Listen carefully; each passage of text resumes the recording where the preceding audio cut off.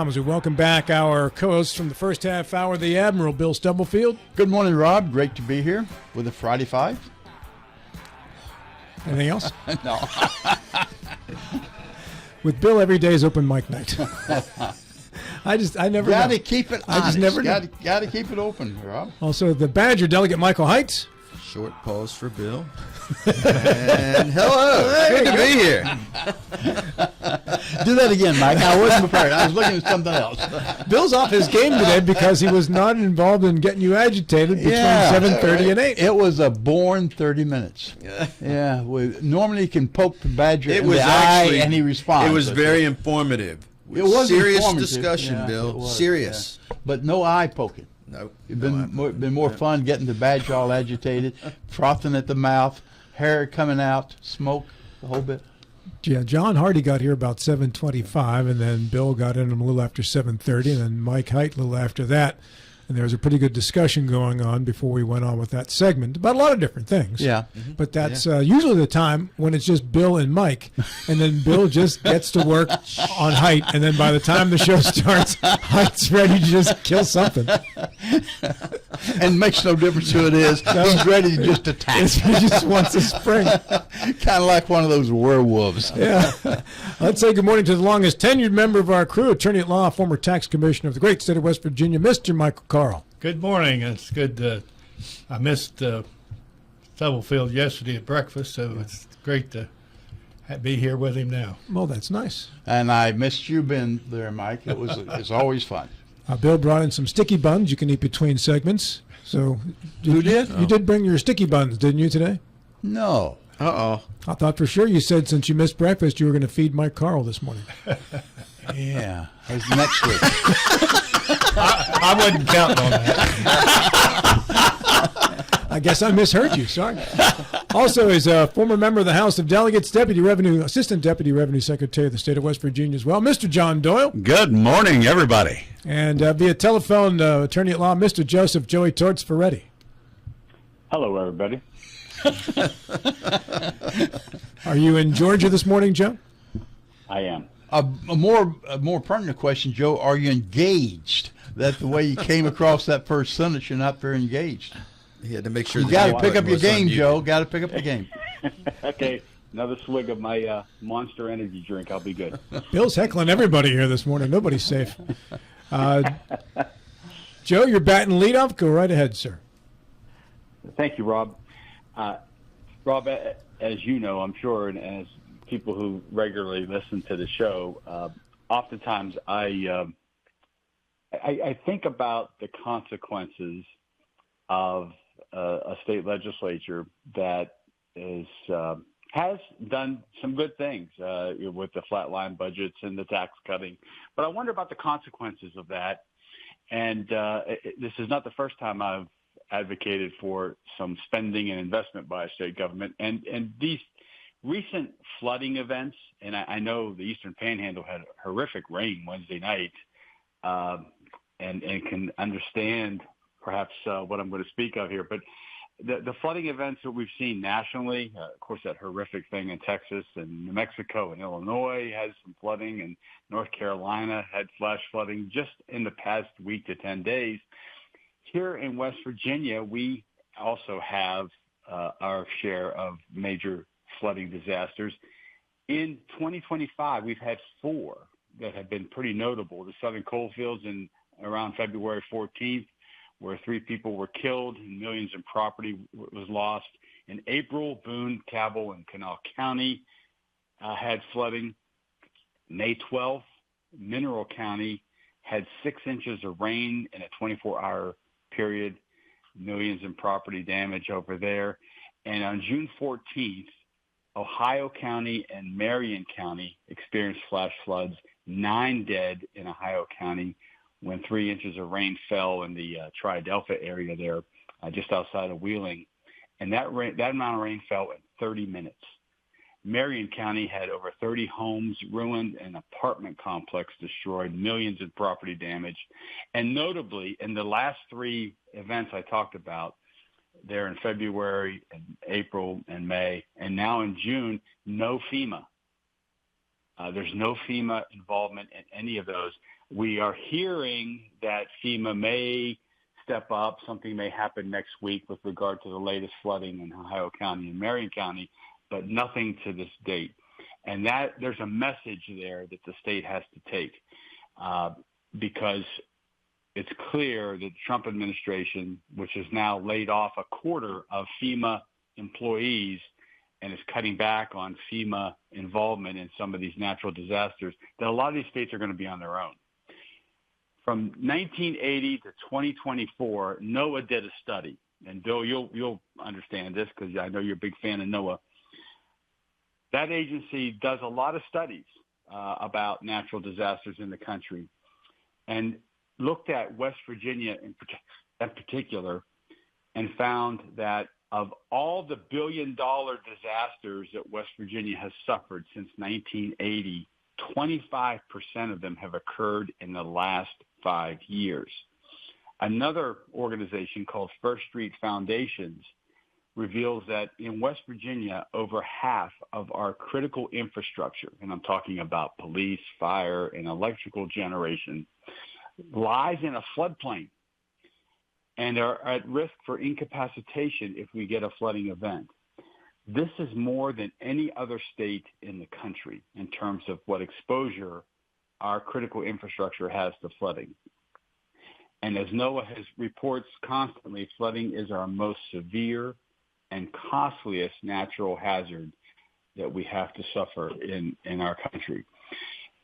So here's the deal. After the flooding in 2016, remember when the Greenbrier Resort, half of it was washed away, half of a golf course gone? Governor Justice got the legislature to create something called the Fund Resiliency Board. And in 2022, a flood resiliency trust fund was set up. As best I can tell, Rob, the board does not meet. And I know for a fact the fund has no money because efforts were made in the past 3 legislative sessions to fund that. And each time the legislature voted it down, including this last legislative session when there was a proposal for $50 million to go into the fund, it didn't happen. So we've got a trust fund for flood resiliency that has no money. And when you combine that with the fact that FEMA is in many instances not going to be there for the state of West Virginia when flooding and disasters occur, it's a recipe for a real disaster. Look, the list of problems in West Virginia, I've talked about this many times. Our foster care system's not fixed. Our child welfare system is still hurting for employees and qualified people to handle those problems. We just had 2 judges admonished by the judicial board because they spoke out about it. PEIA remains a financial headache. The jail system is underfunded. We just had some jailers convicted of murder in southern West Virginia because of the way they were treating an inmate. Our public schools are increasingly being taken over by the state due to finances. We've got a lot of financial issues. And I'm just wondering if the direction that the legislature seemingly wants to take, not only presently, but in the future, of continuing flatline budgets and continuing to cut taxes is the best direction for the state of West Virginia. So my question this morning is simply, do we need a legislature to start looking seriously at some of these financial needs?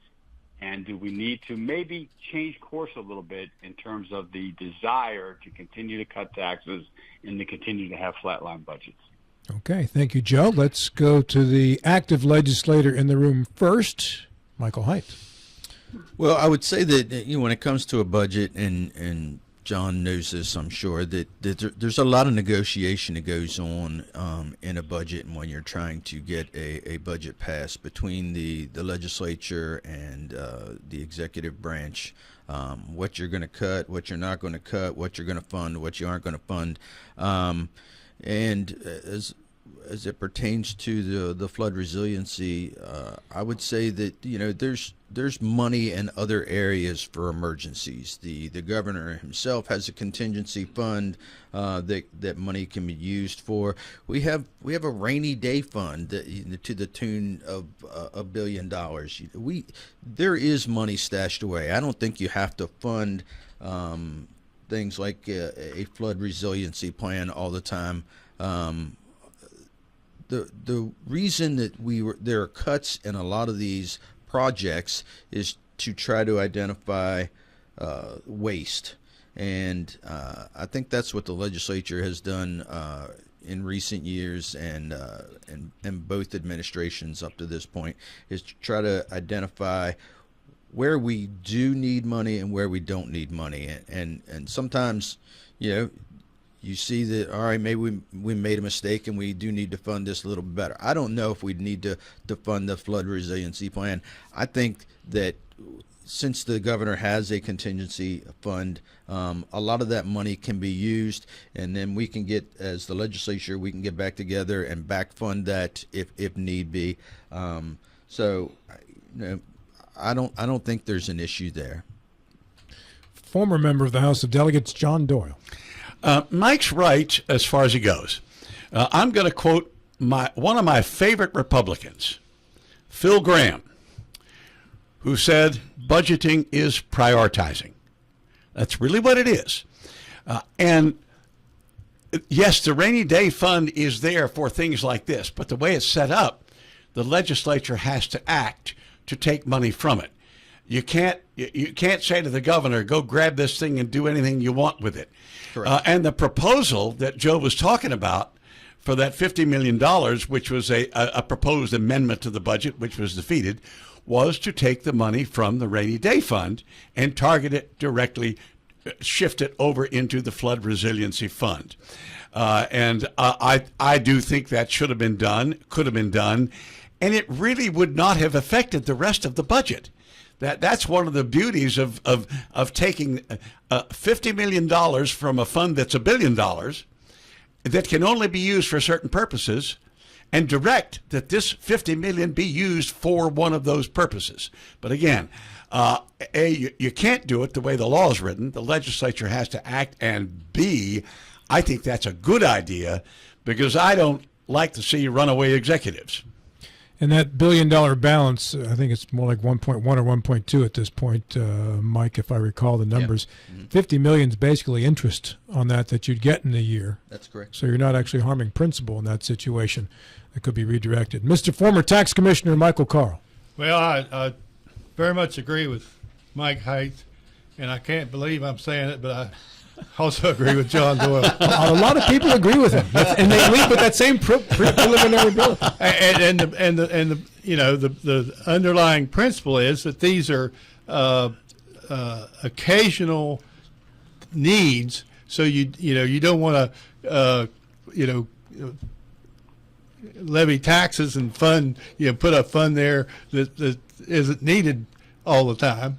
And so I think the arrangement that's just been described by John and Mike is a meaningful arrangement, but it has to be executed, effectively, and that's the only issue. But I because these demands and needs are erratic, they're not constant, and so having resources available, but you need to take steps to apply them when the need arises. That's the way to do it. Mr. Stubblefield. NOAA is in the process of updating their data map, and it's going to show that the 1,000-year storms are now 100-year storms. 100-year storms are decadal storms. We're getting much more frequent. I'm going to go into the reason for that in just a second. The second part of this, NOAA would have hoped to have a interactive weather map on the street in the late 2026. That funding has been pulled back. So right now, whether they'll meet those deadlines or not remains uncertain. What that would do, and this picks up on Mike Carl's very good point, these things are periodic. We do not know. They're not predictable. The NOAA interactive map would have provided you the next step forward to saying are we going to have a problem.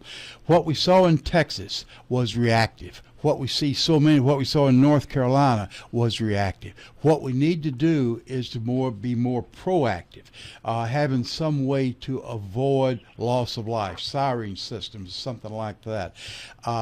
It's the bit of truth that we're going to have much more of these events, much more frequently and more severe in the future than what we have before. Joe Ferretti said, Noah said the last 10 or 15 years. The reason for that is twofold. One is that the oceans are warmer, and there's a lot more absorption of moisture in the atmosphere. The atmosphere is carrying a lot more moisture than it did 50 years or so ago. That's measurable. That's a known fact.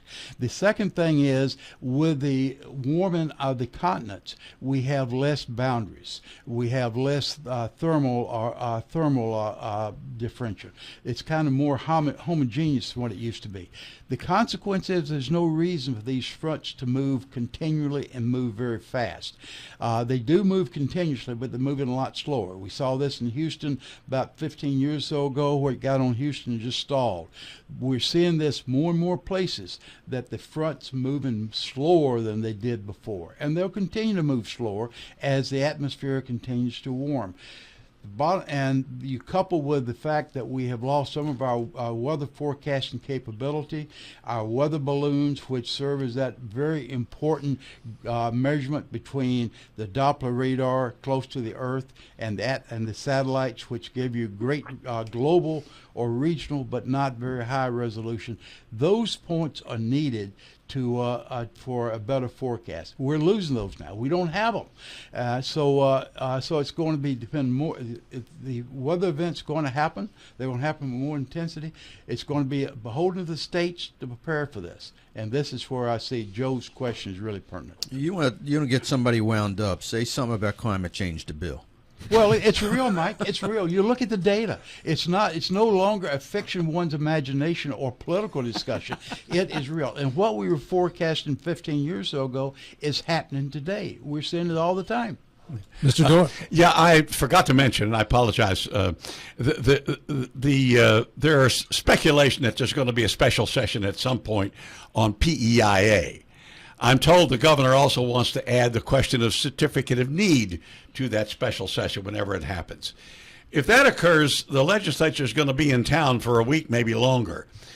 I do think, if that happens, that the question of funding putting money into the flood resiliency fund should be put on the call, and I think it's a pretty easy fix. In fact, I personally think that $50 million, which was kind of a last-minute amendment thrown up, is probably too low. I think it probably needs to be more than that. Joe, back to you. Yeah, a couple points. Amazingly, after the vote was taken and there was no money designated for the resiliency fund, the Senate came up with a resolution calling on the federal government to help the state of West Virginia with flood mitigation efforts. Dredging streams, getting debris out of the streams, making sure that natural flows of the rivers and streams are restored because of man-made obstructions to that. The fact that our legislature thought that the feds were going to step in and help us with that is crazy. It's crazy thinking. It's clear that the states are going to have to ante up more. When you understand what is happening with FEMA, you know that the states are going to be on the hook for more of this, and West Virginia has to get prepared. We often find ourselves comparing the state of West Virginia to our neighbors. Well, I can tell you, Sean Fluharty, who is a representative from Ohio County, he is upset about the fact that they've been waiting a month up there for any kind of FEMA response to the mayhem that occurred with the flooding in Triadelphia, and nothing is happening. And the governor's contingency fund, well, he's not writing checks. So those people up there are on their own. And he pointed out that the state of Kentucky has a flood resiliency fund and immediately got FEMA response, because FEMA now is looking to see and looking to help states to help themselves. And Kentucky had a whole program in place for initial state responses to be augmented by what FEMA is prepared to do. West Virginia doesn't have that. And so I fear that we're going to be missing out on FEMA involvement in some of our natural disasters because we have shown an inability to help ourselves, because we continue to show an inability to invest to protect West Virginians. One of the studies from that agency, First Street Foundations, which does address natural disasters across the country, one of those studies show that for every dollar spent in flood mitigation efforts, flood resiliency, $6 is saved. This is where West Virginia is penny wise and pound foolish.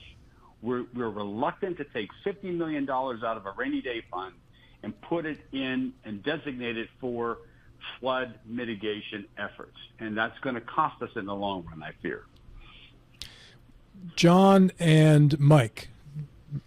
Mike, of course, member of the House of Delegates, John formerly. When I think about the disaster responses in this state, typically I think of individuals like Travis Bishop, Chris Miller, people who have just grabbed the pickup truck or the van, a box truck, had a day where they collected supplies, whatever else, food, and then hauled it down to a site a couple hundred miles away. And oftentimes have come back and reported that they had greater success than the state relief efforts or FEMA had on the ground in getting there and immediately helping people, as opposed to waiting for paperwork and processes to take place. And their stories aren't unique. In the 15 years I've been doing this show and did a talk show in the 90s across town, those stories seem to me to be the more typical response in West Virginia to disasters than stories of government intervention and success. And I'm wondering if the state legislature, which is made up of the people, kind of falls victim to that too. Like, we'll take care of ourselves, we don't need the government. And maybe they're more reluctant in West Virginia at the House of Delegates and state Senate level, and maybe in the governor's office, to think proactively in terms of government involvement in responding to disasters, because the people of West Virginia have over the years helped their neighbors out so much. Clearly the neighbors need more help, and they need more money. I mean, we know in North Carolina, a year later, Pastor Tim Guarino's still taking supplies down there and helping to rebuild houses from the devastating effects of the floods that they had a year ago. So it does take time regardless. But in West Virginia, this seems to take even more time because there just doesn't seem to be as much state and federal attention to it. Mike, am I off the track here or not? No, I wouldn't say you're totally off the track. I would say that I think this particular administration we have now seems to be more attentive to the immediate needs. That I would say Morrissey, one of the great things he's done since he's been governor is when we've had these disasters, he's been there. He's worked it to the best of his ability and what the state of West Virginia can do. Now, as far as getting FEMA involved, that hasn't happened the way I would like to see it, but I think Morrissey has attacked these issues and done a good job with that. I also see, as it pertains to McDowell County and Marion County, that I've seen a lot of the delegates that are from those areas get involved and go in and try to lead the efforts and of getting things done. And I think this primarily is an executive branch issue. But I like when I see the legislature and the executive branch working together to get these things accomplished. John Doyle, 20 seconds. What can you tell me? I think there's some of that, but I also think our system of budgeting is part of the problem. Most states, the legislature has more ability to weigh in on creating the budget initially. There are different ways that they go about doing that. Our system is the governor puts the budget together, and then the legislature just simply must react. On that note, Bill Stubblefield, you're on the clock. Joe, thank you for batting lead off once again. This is Talk Radio, WRNR Martinsburg and TV 10. Well done, Joe. By the way, have you hooked your microphone up yet? That sounds like a no. I am technology challenged. I'm going to have to talk to Colin or somebody with some technical expertise to figure out how to do this. I usually call over one of my 5-year-old grandchildren to do it for me. Yep. I don't think Joe has any grandchildren yet. Yeah, so No, I don't. But this is a gift from my daughters, and I think they probably laughed knowing that I'd be unable to hook it up myself. Yeah. yeah, just go online and find a Geek Squad person. Yeah, I'm working it. Welcome back. The rest of our co-hosts as well. That would be Mr. John Doyle. He was was it 26 years in the House of Delegates, John? Over a 40-year stretch, yes, and good morning all. And welcome back, sir. The Badger, Delegate Michael Height. Good morning. Great to be here. Former Tax Commissioner of the state, Mr. Michael Carl. Good morning. And with issue number 2, the Admiral Bill Stubblefield. Rob, this past Monday we had Jim Daly, last Wednesday, Jim Daly on, and we're talking about the West Virginia University Board of Governors, and the big thing was that Rick Pill was not reappointed to the Board of Directors. Or reappointed the Board of Governors, which I think was a real mistake. No one has represented the university better than what Rick Peel has over the years. But it got me thinking, are we in the Eastern Panhandle being overlooked as far as appointees? We have the 3 Eastern Panhandle counties represent slightly less than 15% of the state's population. And we're also very actively engaged on a lot of fronts. We're one of the economic engines of the state. We're politically engaged. Since the Governor Marcy has been governor, I think there's been at least 38 appointees, of which only 2 have come from the Eastern Panhandle. Eric Householder is Secretary of the Administration. The other one was a lawyer from Charlestown. He's on the 6-member Judiciary Vacancy Advisory Commission. Great, he's from Charlestown. But he's also General Counsel for Club of Growth, which gave $13 million to the campaign of Governor Marcy. So was he appointed on the advisory committee because of his representation from the Eastern Panhandle, or for recognition of the $13 million which the Club of Growth gave to the Marcy campaign? Let's say he was not from the Eastern Panhandle, so out of the nearly 40 appointees, only 1 has been from the Eastern Panhandle. And yet we make up around 15% of the population of the state. We're one of the economic engines. Are we being overlooked by the governor? That's my question. All right, let's go to Michael Carl first. Well, I was not aware of this disproportionate representation that you just cited, and it does surprise me, because I think Governor Morrissey, really got a start and relied on and was rewarded by the support he got from our part of the state. So it does surprise me that the and I don't know if it's an intentional pattern or just a coincidence or an oversight, but I think it's a concern, and hopefully they'll revise things so we'll have more input as a region into the government operations. Mr. Doyle. Sometimes in situations like this, when people are elected, particularly to a spot like governor where there's only one elected statewide, and they come from a particular region, got a lot of support from that region, sometimes consultants then advise them, you got to reach out to these other areas where you weren't so strong. And if you're not careful, you can overdo it. And I suspect that is what has happened now, or at least part of what has happened now. And incidentally, by the way, regarding Rick Pill, Bill Stubblefield, I agree with you about Rick Pill. I think it is nonsense that he was not reappointed. I was actually asked a few months ago to come out in support of Rick Pill, to stay there. I said no, because I was afraid that if I supported Rick Pill, that would cause Governor Morrissey to have an even less chance of appointing him. That would hurt him, right? Yes, it would have hurt him. Well, it turns out it didn't make any difference. So anyway, that's what I have to say. Mr. Height. Yeah, I'm sort of reluctant to weigh in on this because, and not because I'm a delegate, but I don't have all the information, so I don't know what offers were made and how many offers were made to people from the Panhandle that may have turned them down. It's a large commitment for somebody who lives here in the Panhandle to go down and be in Charleston, 5 hours away, full-time, as a full-time job. Eric Householder has made a major commitment to go down there. His home is here in Berkeley County, and yet now he is down in Charleston at least 5 days a week, maybe staying over the weekends sometimes as well.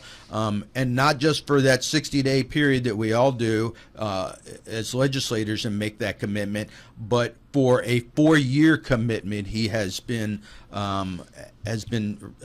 asked to do that, and that's a large commitment. And I imagine there could have been other people in the Panhandle that may have been offered positions and turned them down because they weren't willing to make that commitment. And I think it's just unfair of me to pass judgment on this administration that he hasn't done enough or asked enough people from the Panhandle without knowing whether he did or not. Did I just hear the Badger say that he didn't want to give his opinion because he didn't have enough information?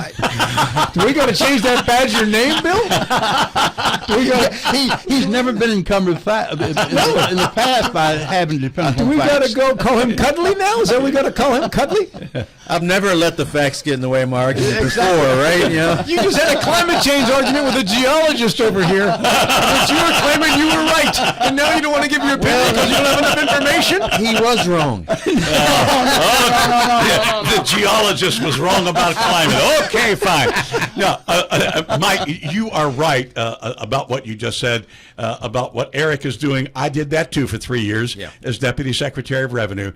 I will point out, though, I know that a number of these positions that Bill read off are not full-time in Charleston positions. They're members of boards and commissions, and maybe you go to a meeting once a month and your expenses are paid for the meeting. You may not get a salary for it, but your expenses to and from. So I don't think that applies to those situations. We had Jim Daly on earlier this week, and I had asked Jim, Joe, I'll get to you in just a second, please. I appreciate your patience, about what Dr. Gordon Gee had said on this show at the end of June. He said, we've got to get more people from the Eastern Panhandle on the Board of Governors at WVU. We got to get more interest out of the Eastern Panhandle. He made it sound like there weren't enough people here interested to serve. When I asked Jim Daly about that, he said, nonsense. No, we have to get them selected. There are plenty of people I talk to who want to serve. We're not being asked. There have been 3 from the Eastern Panhandle over the history of WVU. Jim Daly, Rick Peel, and Buck Martin back in the 80s/90s. Joe? Well, like Mike Carl, I was unaware of our underrepresentation in state government, and I applaud Bill Stubblefield for that research. That's really striking. And the lack of representation means that there's a lack of attention to issues that are central to the Eastern Panhandle. I don't know to this date whether or not they have moved the Department of Highways regional office from Romney to the Eastern Panhandle, which is, if it hasn't happened, it sorely needs to happen. You know, why is our regional office in Romney? There's a lot more roads and a lot more issues for the Department of Highways to tackle over here in the Eastern Panhandle. And that's just an example of where perhaps we don't have enough people speaking on behalf of the Eastern Panhandle and Charleston. And Mike Height makes good points. You know, it is a commitment. But let's look at the governor himself, which is really what was Bill's question was about. Can anybody point to any legislative initiatives coming out of the executive branch of our state government that is really central to the needs and desires of the Eastern Panhandle? We need more state police. Where is that effort? Where's that leadership from the governor's office? We need so many things because of our growth patterns in the Eastern Panhandle. Where's the locality pay issue? Where's the push coming from the governor's office? These are things that I can go back and find you quote after quote from Patrick Morrissey when he was first running for office and became the attorney general. And then when he was running for governor, about how he was not going to forget the Eastern Panhandle.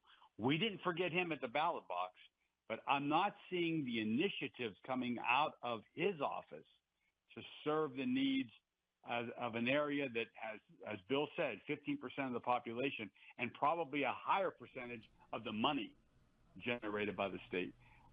So I'd like to see more of an effort there. The thing you got to respect about the people who are elected from Charleston is they're not afraid to take care of Charleston, and they don't give a damn what anybody else around the state thinks.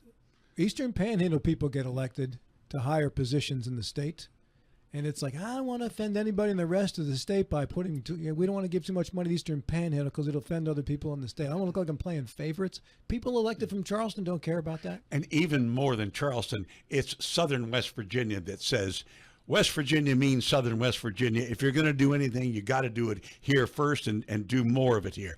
And Joe, I will point this out, and this sometimes gets confusing. In Charleston, Romney is considered part of the Eastern Panhandle. In Charleston, the Eastern Panhandle is considered to be 8 counties. Burlington is actually where that office is. Yes. I grew up in Romney, and we always thought of ourselves as part of the greater Eastern Panhandle. Right. Mm-hmm. Yeah. It's Burlington, though, than Romney. It's Burlington. Yeah, I Romney. just said it. Which is halfway to Kaiser from Romney. My final thought goes back to you, Bill, unless you were not concluded. Nope, I'm good. Yeah, no, I found also the numbers to be very striking. I was expecting to find not the representation that I was hoping to see, but not as striking as what I'm finding here.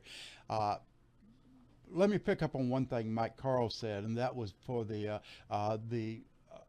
voters in the Eastern Panhandle being engaged. Morrissey carried West Virginia by 62%. If you looked at the Eastern Panhandle counties, I counted 7 of them, they were 72% voting for Morrissey. So in other words, the vote from the Eastern Panhandle was greater than that of the rest of the state. So and Patrick did run on the campaign. He's not going to forget us, and that may be the case. And Mike Hite kind of alluded to this. We've only been in the administration 6 months, but I hope there's been more attention directed to the Eastern Panhandle. Issue number 3. For that, we go to, would you like to still be known as the Badger? Does he deserve the title? Does he deserve the title? I don't think he of the does. Badger? Let's get away from state politics, all right? Let's go to the new Neville Chamberlain, Michael Hite. Peace in our time. Carl, take that knife out of my back. Wow. So let's talk about Zoran Mondani. And he has called for a global intifada, and nobody on the left seems to want to condemn those words. And he hasn't tried to walk them back either. So my question to the panel today is the left no longer tolerant of the Jewish population? And what is the solution to the Israeli-Palestinian conflict? Wow. And we only have 10 minutes. I can answer A, but not B. Spin the globe back a couple thousand years and start over. Yeah. That wouldn't work either. Mr. Doyle, let's go with you first. Well, I have, the minute he said that, I condemned it. I condemn it now for the umpteenth time. A number of Democrats have condemned it. Now, it's funny because Mike Hite has said in the past that I am permitted on this show to represent the left. Mm-hmm. Apparently, I'm no longer the left since I have condemned that statement. So anyway, but does the left as a whole condemn it? I mean, oh, come on. The right as many? a whole barely does anything together. You have individual people on the right with different opinions and the same way with the left. No. Yeah, that's unrealistic and wrong. Not only have a number of people who are Democrats condemned it, the 2 leading Democrats in the country, Chuck Schumer, the minority leader of the Senate, Hakeem Jeffries, minority leader of the House of Representatives, both of whom are from New York, have refused to endorse him, even though he is the Democratic nominee. So, Mike, I think your theory is wrong. Now, how are you solving the Israeli-Palestinian issue? and if President Trump asks me to replace Marco Rubio as Secretary of State, I will turn it down. That's Mr. Stubblefield, follow that one up. Yeah. And John Doyle's right. The leadership of the Democratic Party, the national leadership, are quite embarrassed the fact that this gentleman was elected as won the primary. They don't know how to deal with it yet, and I don't think they're really going to deal with it until after the general election. If he wins the general election, then they have a real problem. If he does not win the general election in New York, they're going to say, well, he was a misfit anyway, because the National Party does not know how to deal with him. They're embarrassed by him, and they don't want to accept him. As far as the war in Israel, the Democratic Party, and John Doyle made a very good point yesterday on the radio, that this is something that the Democrats are going to have to address. And the way they're addressing is trying to make a distinction between the Zionist state and the Israeli state. Will that fly? I don't know, but that's a distinction they're trying to make between the two.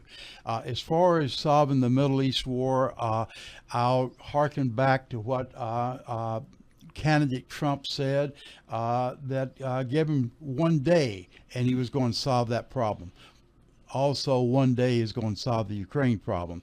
Unfortunately, in either case, hasn't been a lot of progress made in solving the Middle East or the Ukraine. How do you differentiate between a Zionist state and an Israeli state?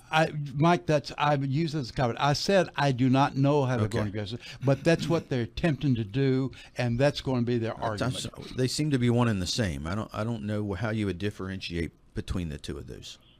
Mr. Carl. Well, excuse me. Well, I certainly, from a practical, cynical point of view, I'm happy to see how bad the Democratic Party is operating in New York City, and it's amazing, and how how the election turns out will be a really big deal, but it it's a plus to the Republicans because it emphasizes many of their virtues, because this guy is a communist and he's against Israel, and those things that's what we call or that's the suggestion that we make about what the Democrats are like, and he's implementing or illustrating that, embodying it. Yes. Yeah. So it's a cynical plus for me. Mr. Ferretti. Well, I guess to try to answer Mike Haight's question, first about the Middle East war, in particular the war in Palestine.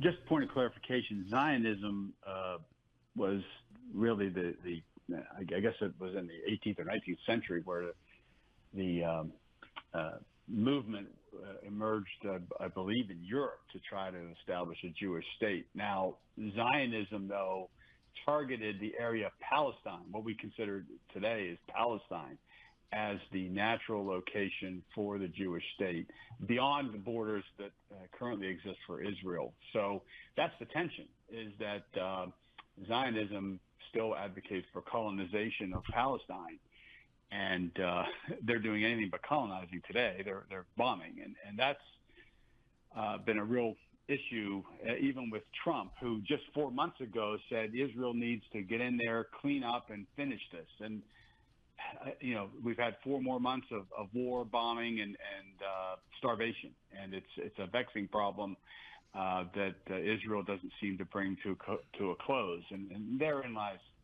some of the concerns of folks who worry about the innocent deaths that are occurring in Palestine. But the question about this fellow who's running for in the mayoral race in New York City, and why that's important. He has spewed some really anti-Israel, anti-Jewish content out there, and the intifada and all that. That's an issue for the Democrats that they're going to have to grapple with. I think they have. In fact, just yesterday, Fox News reported that there is a joint resolution coming out of the House condemning that kind of language. So I would dare say that Democrats are trying to deal with this the best they can, but it's going to be a problem going forward politically. I'm sure they're holding their breath that this guy's not going to win, but unfortunately, the alternatives, Mayor Adams and Cuomo, are really not that attractive either. So it's a real dilemma that is going to be faced in November. The other dilemma that they have in New York is this guy won the primary by a huge amount.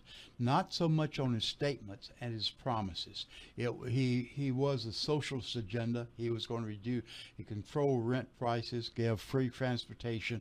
It was a lot of stuff that appealed to the working population in New York, and that's why he won by a massive amount.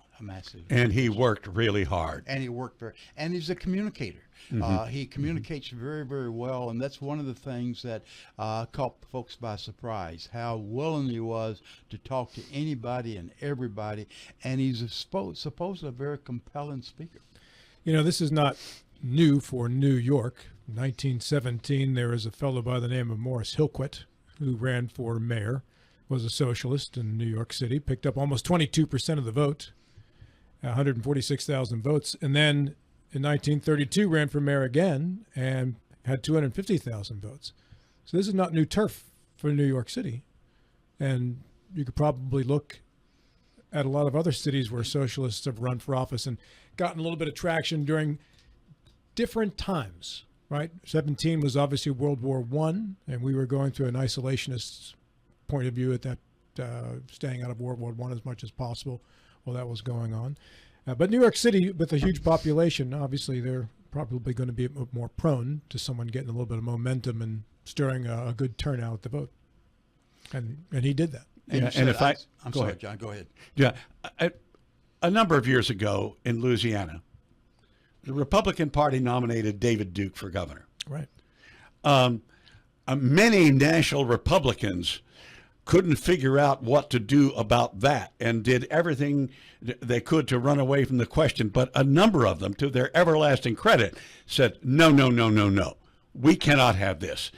You all may remember the slogan that Edwin Edwards supporters used in that election. Vote for the crook. It's important. John, that's sort of what I'm looking for here. When you said that Schumer and Jeffries have been silent and they don't want to meet with this individual, I said they haven't endorsed him. Right, and they haven't endorsed him. What I'm looking for is an outright condemnation of these words. The global intifada. That's what I'm looking for, and that's what I'm not hearing from the left or the leaders. Well, of the I've heard it from a number of members of Congress. We find the same thing in Congress against President Trump. They're afraid to speak out. The leaders of the Democratic Party are not going to speak out right now for political reasons. Okay, but you're talking about the president. This would be easy to speak out against somebody that's running for mayor of New York. And a number of members of Congress have done that. I've got to jump in and wrap this up. We're good. John, you're on the clock. Welcome back, our members of the Friday Five, including the Admiral Bill Stubblefield. Good morning, Rob. He is the Badger delegate. I think he got it back a little bit there in that last segment. He's there. recovered. Cuddly Michael Height. Good morning. Trying my best to get off the Cuddly state subject. Badger. Get off the Badger. state subjects. We can. See, even saying good day to you right there, he's starting to get it back. He got the juice going. He's ready to run through the wall. He's got the spit flying. The fists are pumping. Got it Let's going. go. Come on, Doyle. What do you got? Bill and Doyle worked on the Badger during the break. And it worked. It worked. He came out of his shell. He's ready to go now. Also say good morning once again to Michael Carl. Good morning. Via telephone, Joseph Joey Torts Ferretti. Mike Height's just a teddy bear. Yeah, so is Teddy Ruxpin. Yeah. And with issue number 4, Mr. John Doyle. Good morning. And in the words of one of my favorite presidents, Lyndon Baines Johnson, I come to you with a heavy heart because I am required today to compliment President Donald Trump. Not a bad LBJ, by the way. Yeah. The turnaround that our president has made is not only remarkable, it's good. It's really good. The turnaround on Ukraine. You know, I was worried all through the election campaign that if Donald Trump were elected, that not only would the United States abandon Ukraine, but that because of that, much of Western Europe might too, because figuring, hey, without the support of the United States, we just don't have what it takes to keep them going. After several months of apparently believing he could persuade Vladimir Putin to be a nice guy and a reasonable person, President Donald Trump has finally figured out what it took other presidents maybe some time to figure out, that Vladimir Putin is one of the world's greatest jerks. I mean, he is untrustworthy. He is his only goal. It's the goal of Peter the Great, which is to constantly expand the Russian Empire. I think we finally figured that out. Now, a number of my friends on the left, Badger, a number of my friends are suspicious that President Trump might stay this course. I hope he will, and actually I think he will, because I think he's finally figured out that it is indeed in the interest of the United States and of Western Europe to support Ukraine. And since his decision, I think you're now beginning to see not only the European Union collectively, but a number of countries in Western Europe say, hey, okay, the U.S. is on our side. We're going to dig into our treasury and come up with some more money to help the Ukrainians. So I am at the moment quite optimistic, and I strongly commend President Trump for his decision. All right, very good, Mr. John Doyle. And I will start first with Mr. Ferretti via telephone. Well, count me as someone who's going to wait and see on that, John.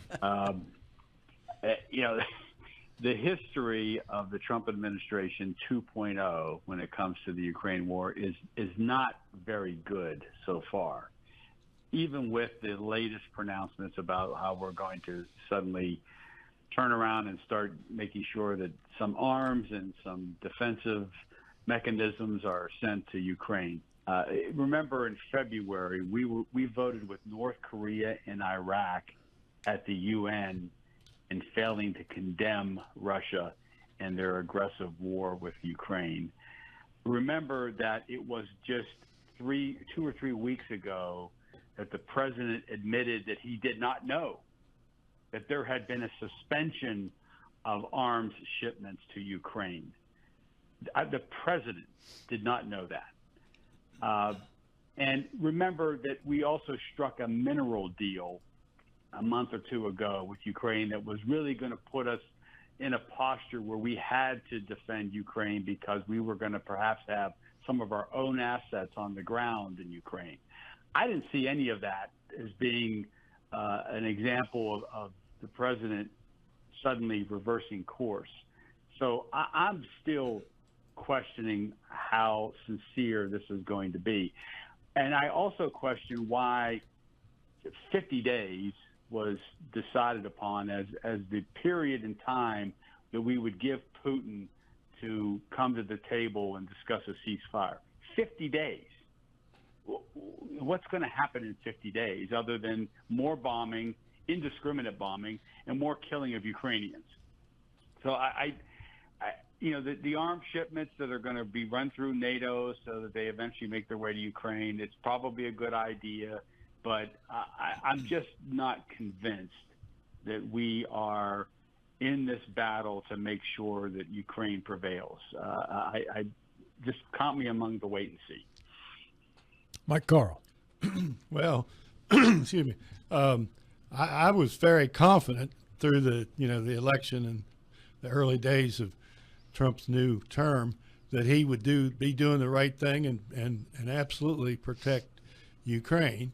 But I became a little frustrated with the machinations and the things that were just now described of how he was doing it. But I am absolutely confident, and I think he's finally seen the light that he needs to be very strong against Putin and supportive of Ukraine. Mr. Heights. Yeah, I think Trump is a negotiator, and I think it must be very frustrating for him to go into this and have two people that are so strong-willed that they're not willing to negotiate. And I think that originally he thought he could get some negotiations there, but I think he's finding out, John, you're right. Putin is all about the reunification of the USSR and its greatness, and that's what he's all about. He wants to take Ukraine back in force and have all of it, and Ukrainians are fighting back against it. What I think Trump has done well here is recognize that, all right, there isn't going to be the negotiations that I thought there was going to be, but at the same time, we are not going to foot the bill for all of Ukraine's cost. Somebody else will support Ukraine because we don't believe, Putin's willing to negotiate at all. We'll support Ukraine, but we're not going to support it with just giving arms or giving money. That we're going to bring the rest of Europe into this and get them involved, and the rest of NATO, and they're going to foot some of the bill too. We'll supply some of these arms, but somebody else is going to pay for them before they get to Ukraine. William. Yeah, John, paint me in the same category as Joe Ferretti, highly skeptical, and I'm also going to add to it, I think you're doing some wishful thinking here. I would like to think that the president is now supporting Ukraine. I don't think he's had a real change of heart. I hope I'm wrong. The statement he said he did not know that the suspension of arms shipments to Ukraine or who caused it. It's his administration. The whole world knew that there had been suspended of arms shipment. So he should have known. I suspect he did know who stopped the shipment. I would like to believe that he's had a change of heart, and I also pick up on what Joe Ferretti said. 50 days is a long time to tell Putin that he should suspend the bombing. A lot of damage can be done during that time, and if we see anything else with the president, the 50 days he'll change his mind 4 or 5 times during that period of time. What I have not heard mentioned at all during, I don't mean right now, I just mean since Trump made the announcement that he would support Ukraine, which I fully support his decision to do that. And we've had many interviews on this program where most of the Republicans I've talked to have said we don't need to be giving money to Ukraine. That's their problem, not ours. And I think the reassembling of the USSR is the biggest danger to the world. And that's what Putin's goal is. He stated it many years ago, and he's trying to implement that. I think he picked on the wrong team to try to play first, but this is his decision because the Ukrainians have been well known for their fighting over the years. In fact, for many of the wars that Russia participated in as the Soviet Union, the Ukrainians were the most fierce fighters. Most analysts will tell you that. But I will say this. This is the part I started off with. Zelensky tried to tell Trump and J.D. Vance in the Oval Office in that very famous scene, you cannot trust Vladimir Putin. He will tell you one thing and do something else. And Trump and Vance jumped on Putin, and you saw the rest, right? But then Trump has basically made the same claim. Like, I don't know what's going on. I have a great conversation with him, and then by night, more missiles are flying into the Ukraine. Well, Zelensky tried to tell you that. Yeah. It's interesting about the financing of this. And this is, incidentally, Bill and Joe, why I think this is real. First of all, politically, it's a good way to sell this to the American public. We're not going to end up paying the freight. Now, let's go back to some history. All through the Cold War, and this is just about every president, the decision was made that the United States of America should pay the freight for much of this. And the reason is very simple. He who pays the piper calls the tune. We wanted to be in a position where somebody like Charles de Gaulle, who was president of France at the time, couldn't jump up and say, well, I want to do things differently. Presidents like Johnson and Nixon were able to say, now Big Charlie, Le Grand Charles is in French, but they called him Big Charlie. He was 6'4". Listen, we're paying all the money. You just back out of the way and we're going to make the decisions. This is a fundamental change. And I don't know whether it's a good one or not, because what we've done, yes, we have taken the burden off of the American people, but we've also put the Europeans in a position where they're going to have a bigger say from here going forward about how to fight the Russians. Issue number 5, Mr. Michael Carl. This is throwing out an open question. Will there be any serious legal consequences to what we're learning more and more about Joe Biden's misconduct and oversight and flawed procedures when he was serving as president, and when he, made decisions and took actions as president? Will there be serious legal consequences from any of that? Are you including the auto pen in this question? Yeah. That's one of the devices that was used to let other people make decisions that the president that he authorized is unclear. Mr. Ferretti. Oh, I was mistaken. I thought you were going to bring up Jeffrey Epstein when you were talking about consequences. It's the first time his name has emerged this morning. I just find that, by the way, all entertaining. It's interesting, Mike. I watch Fox News on occasion, so I have some perspective.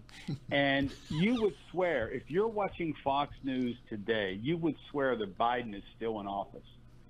Almost 70% of the coverage is about the Biden administration, looking back and what he did and what he failed to do and whether he was coherent or not. I mean, my goodness, isn't there enough going on today that we can move on from that? That's just a comment on my part about Fox News. But legal implications for using the auto pen, if you're referring to that, that to me is a canard. I don't understand. Trump has used the auto pen. Presidents going back, many administrations have used the auto pen because it's physically impossible for them to sign everything. That's a fact.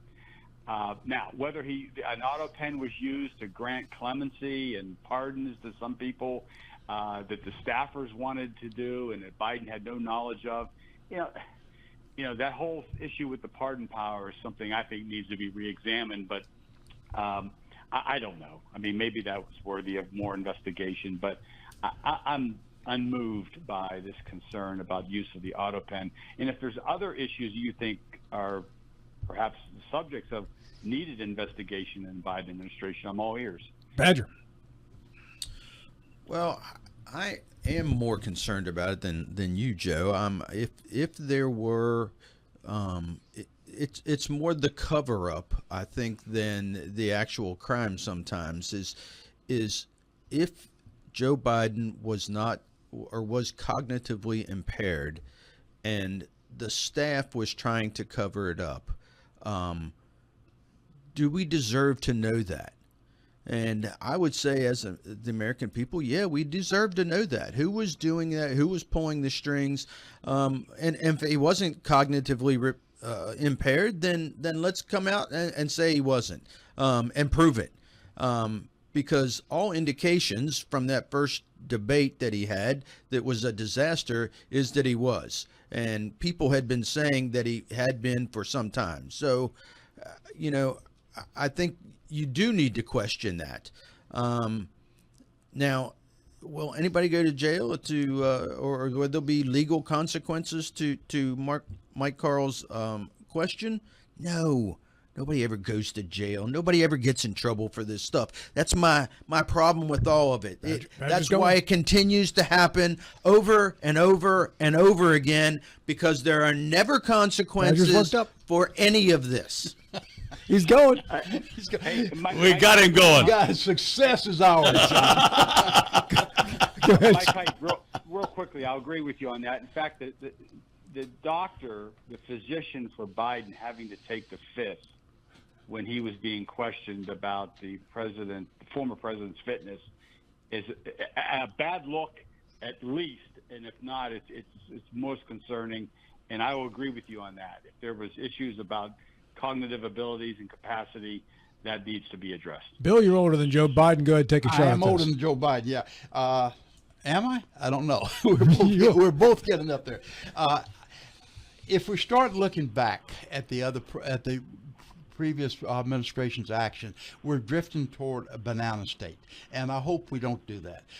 We had a similar situation back in the president that everybody still reveres to this day, Ronald Reagan. He had cognitive issues. There was not a move after his administration to go in and question and challenge what was done under his tenure, which he was having the same problem. He was having dementia problems that now is widely recognized. If there is going to be changes, Mike Carl, I think it's going to be on the legislative issues, that they're going to put more restraints on the pardoning, which I think they should. I think the pardons have gotten, on both sides, have totally gotten out of control. I think the use of the auto pen might be regulated some way, but that's going to require a do-nothing Congress to actually do something. So I don't see this happening, and I certainly don't see anything happening on the legal front. Mr. Doyle. In terms of the auto pen specifically, if we're going to question the use of the auto pen, I think there are other things we need to think about. For example, if you sign an important document, like if you're getting a mortgage and you're doing it online and they have this thing called DocuSign, is that your signature or is it not? I mean, we're just going to have to resolve this. So in terms of was there cognitive decline? Perhaps so. And Bill Stubblefield is right. It was apparently true in the last couple of years of Reagan's presidency. It was true in the last couple of years of Woodrow Wilson's presidency, and probably in the presidencies of some other people that we're not aware of. So yes, this is something, if we're going to deal with it, it needs to be dealt with in a way that solves the problem for all future presidencies. Back to you, Mike Carl. Well, certainly there are endless number of people who were adversely affected by actions that were taken in the name of President Biden. Serious, legally significant actions, and but I think that you're probably right that we're just going to have to live with it and try to do better in the future. Should we go back and look, Mike? What separates us from, if we do that, from a police state or banana state, banana republic? What separates us? I don't. If there was a crime committed, yeah, we should go back and look. If you can prove that there was a crime committed, then yes, absolutely. What crime has been alleged? So illegally you exercise the power of the president, and you're not the president. That's a crime.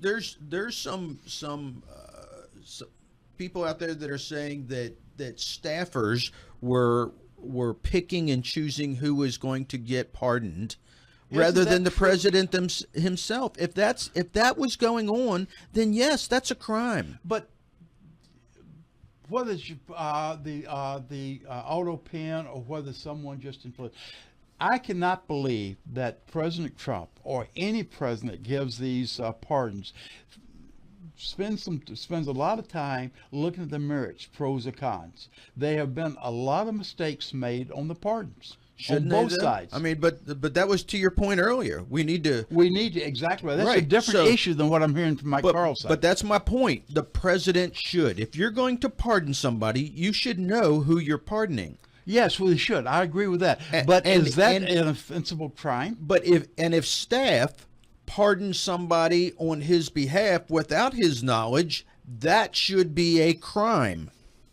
Okay, but I would think, and I'm seconds. not a lawyer, unlike two of us on the panel, but to me as a citizen, if you're going to investigate something, you cannot have just merely allegations. You must have evidence. That's Sure, absolutely true. absolutely. But this is strictly a political issue right now, in my view.